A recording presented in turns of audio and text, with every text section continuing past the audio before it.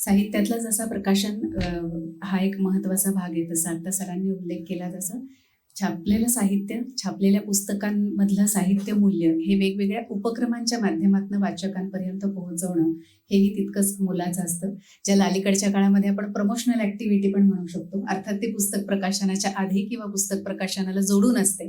पण आपल्याकडे माधवी वैद्य आहेत, की ज्या ओव्हरऑलच साहित्यिक उपक्रम किंवा साहित्य उपक्रमांशी निगडीत गेली अनेक वर्ष काम करतायत. त्या स्वतः उत्तम लेखिका, कवयित्री आहेत. साहित्य क्षेत्राशी गेली अनेक वर्ष अतिशय जवळून म्हणजे लेखक वाचक या नात्याने तर आहेतच, पण महामंडळाच्या निमित्ताने साहित्य विश्वाशी सुद्धा त्या अतिशय जवळनं जोडलेल्या होत्या. त्यामुळे वाचक, लेखक, प्रकाशक हा सगळा जो साहित्याशी निगडीत सगळ्या घडामोडी आहेत त्या त्यांनी अतिशय जवळनं अनुभवलेल्या आहेत आणि स्वतः अनेकविध साहित्यिकांच्या साहित्य कृतींवरती आधारित त्या साहित्यिक उपक्रमही करत असतात. त्यामुळे आज आपण त्यांना साहित्य उपक्रम असा विषय देऊन या परिषदेमध्ये 2 दिवसाच्या परिषदेमध्ये वक्ता म्हणून निमंत्रित केलेलं आहे. मगाशी उल्लेख झालाच की पुणे हे चळवळीचं ठिकाण आहे. जे इथे पिकतं ते सगळीकडे विकतं हे नानांनी सांगितलं आणि त्याचं मी पुनरुच्चार करते. संयोजकांचे आभार मानते. माहेरी येऊन परत एक विषय मांडण्याची संधी मला दिली त्याच्याबद्दल तुमचे आभार मानते. याला काही 4-5 मुद्दे त्यांनी पुढे ठेवले होते. विषयाची सद्यस्थिती, भवितव्य, तरुणांचा सहभाग, वाढत्या तंत्रज्ञानाचे परिणाम, सरकार आणि प्रशासनाकडून काही तुमच्या अपेक्षा आहेत का वगैरे वगैरे. त्या मुद्द्यांना धरून मी काही थोडक्यात माझे विचार मांडणार आहे. मी जे सगळं काम केलं साहित्यविषयक उपक्रमाचं ते अर्थातच माझा जो वर्ग होता तो विद्यार्थ्याला समोर ठेवून केलेला आहे. म्हणजे सामान्य रसिक तर त्याच्याबरोबर येतोच, पण फर्ग्युसनमध्ये काम करताना मला असं वाटलं की मुलं कवितेचा अभ्यास करायचा तास आला किंवा कविता विषयक काही शिकवायचं आलं की मुलं जरा काही ना काही कारणाने पळ काढतात. म्हणजे त्यांना कविता तितकीशी फार आवडत नाही आहे आणि कविता ही फार सुंदर गोष्ट आहे. तिला जितक्या प्रकारे आपण आकलन करून घेऊ तेवढं थोडंच आहे. आणि जीवनातलं सगळ्यात महत्त्वाचं साहित्यिक जे विषय आहे तो कविता आहे आणि तो तरुण वयात मुलांना कळायला पाहिजे. त्याच्याबद्दल त्यांचा अभ्यास झाला पाहिजे.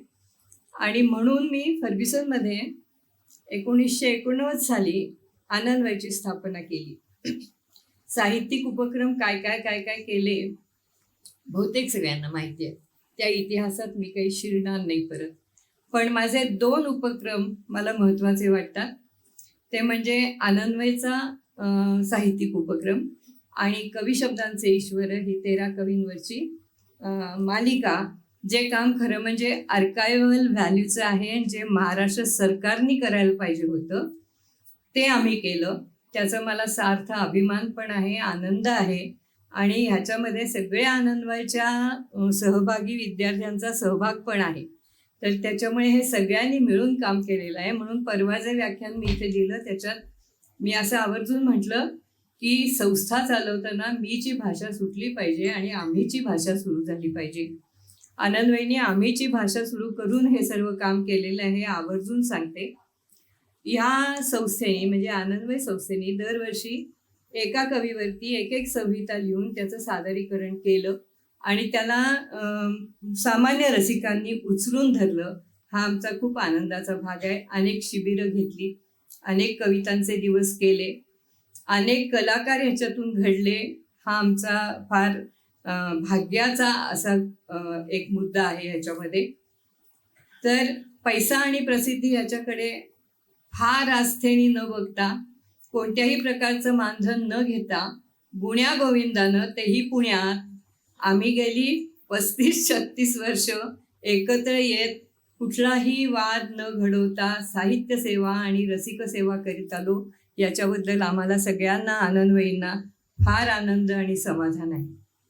या संस्थेची प्रतिनिधी म्हणून मी उभी आहे. पण माझे 2 साथीदार यांचा उल्लेख मला या वाटचालीमध्ये झाला, तो करायला पाहिजे.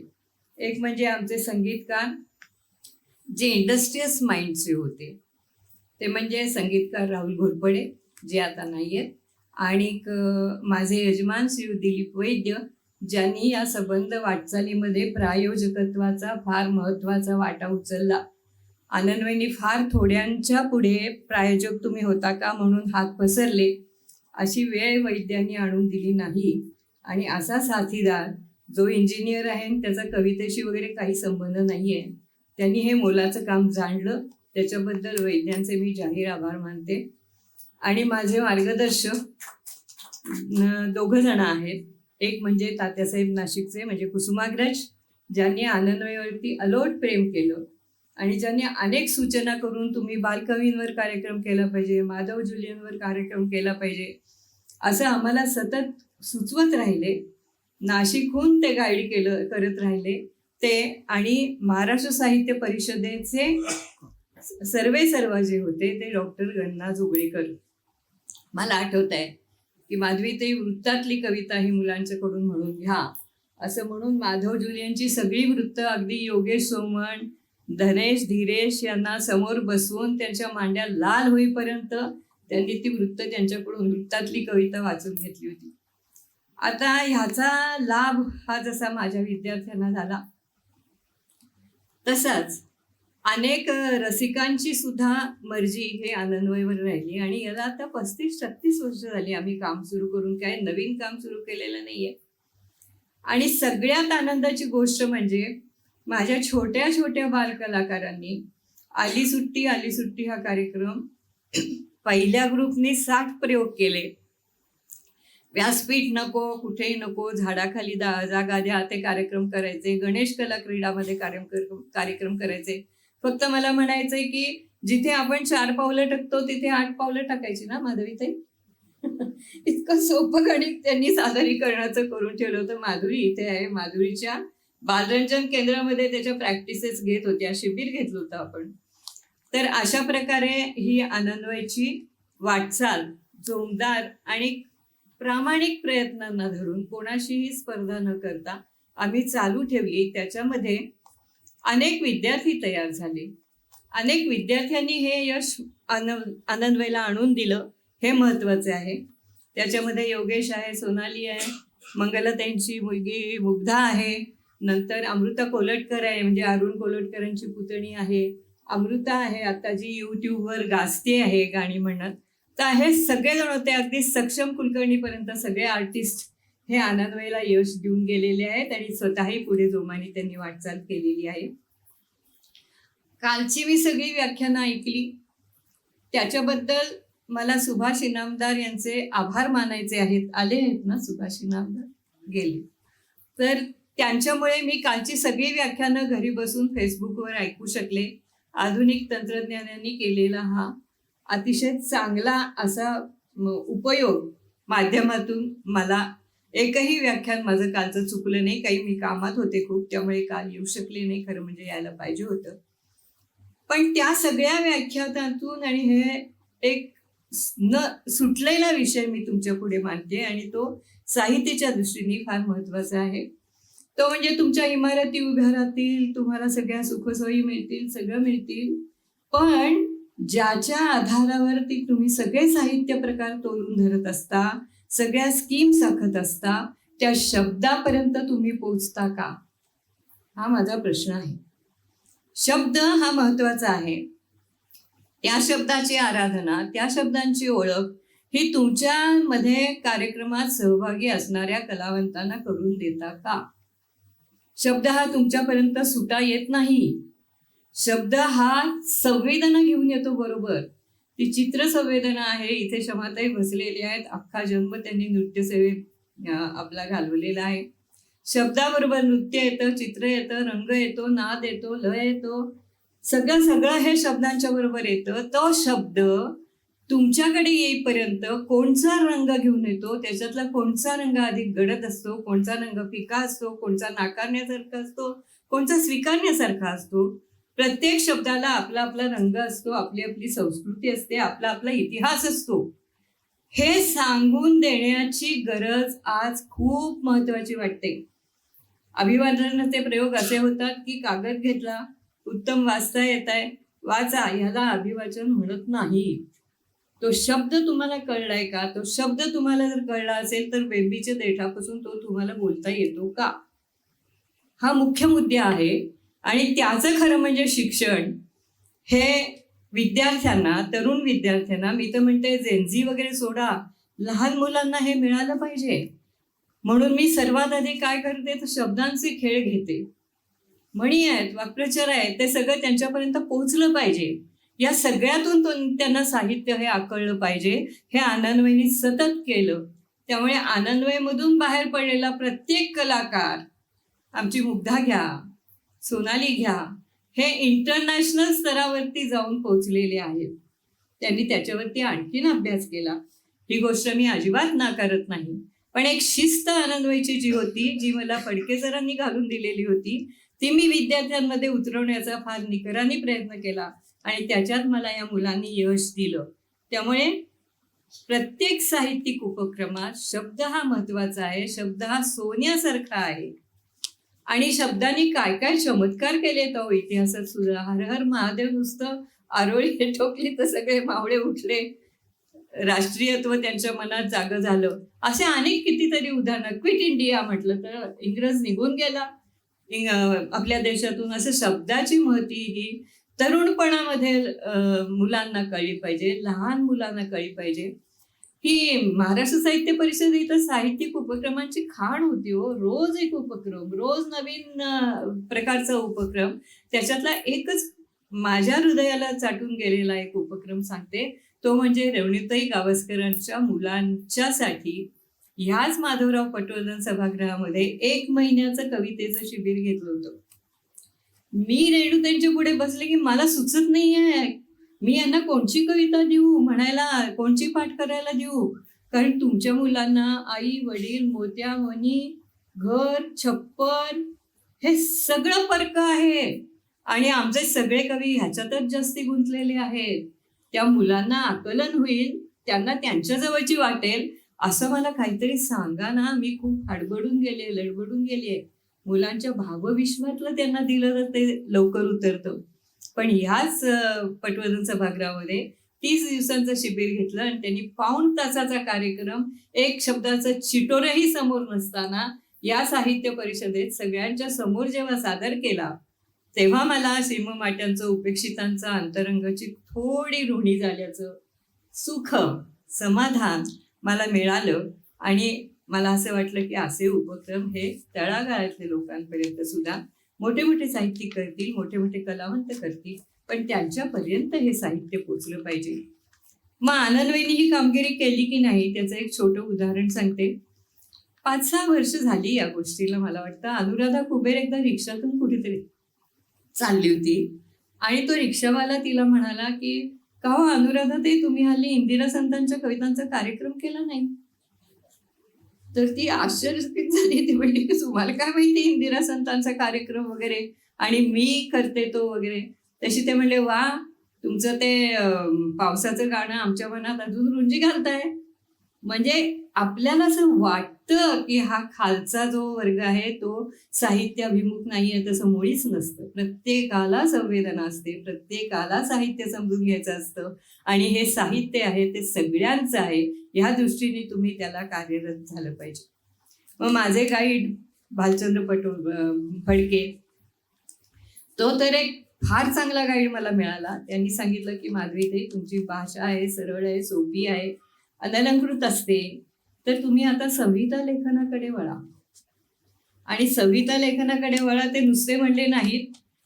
EMRCचे भिडे, म्हणजे संस्थेचा जो चालक असतो ना, तो फार चांगला असावा लागतो आणि त्याच्या डोक्यात ते व्हिजन असावं लागतं. त्यांनी EMRC केंद्र सुरू केलं. तिथे शर्ले व्हाईट नावाच्या अमेरिकेहून आलेल्या एक बाई होत्या. त्यांनी दृक भाषेवरती आमचं 1 महिन्याचं शिबिर घेतलं. आणि दृक भाषा म्हणजे काय, आपल्याकडे कुठेही शिकवत नाहीत. दृक भाषा आणि आपण साहित्यात वापरतो ती शब्दांची भाषा, याच्यामध्ये खूप अंतर आहे. ज्यांना दृक भाषा कळली ते ऑस्कर पर्यंत गेले. सत्यजित रे, गोविंद निलानी, गिरीश कर्नाड, हे किती लोक सांगू तुम्हाला की ज्यांना दृक भाषा कळली होती, दृक भाषा माहीत होती. बाईने आमचं इतकं कसून तेव्हा शिबिर घेतलं आणि प्रत्येकाने आम्ही एक एक 2-2, 3-3 मिनिटाच्या क्लिप्स तयार केल्या. हेही शिक्षण इथे व्हायला पाहिजे. आता सगळ्या सोयी आहेत, तेव्हा ही सोयी नव्हत्या कोणाला.